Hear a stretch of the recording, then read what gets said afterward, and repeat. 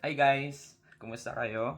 I just want to share something close to my heart. At ito ay yung provision at sufficiency ng ating Panginoon. Alam mo, minsan dumadating tayo sa mga sitwasyon na parang kulang na kulang. Di ba? Kulang ang pera, kulang ang lakas, kulang ang oras. Maybe right now you're asking, Lord, sapat pa ba ako? Kakayanin ko pa ba ito? Pero ito ang good news. God is more than enough. Siya ang Diyos na hindi nauubusan at siya ang Diyos na patuloy na nagpo-provide sa atin.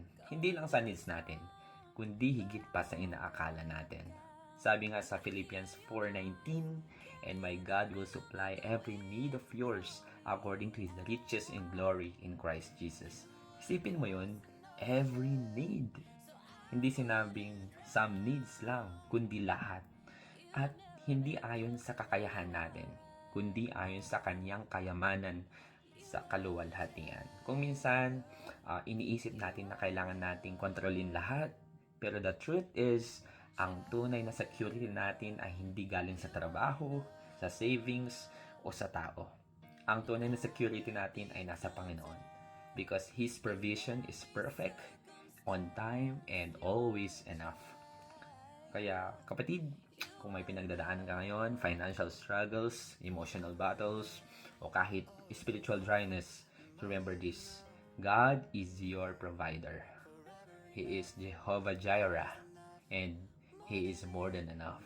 So today, instead of worrying, why not start thanking Him? Sabihin mo, Lord, salamat dahil Ikaw ang sumasapat sa akin. Hindi ako nag-iisa at hindi ako kulang dahil Ikaw ang aking Diyos. My prayer is that you will experience God's sufficiency in every area of your life.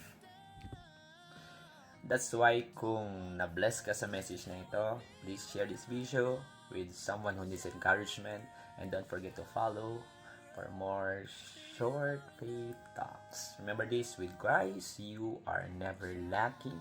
You are always complete. God bless you. Bye.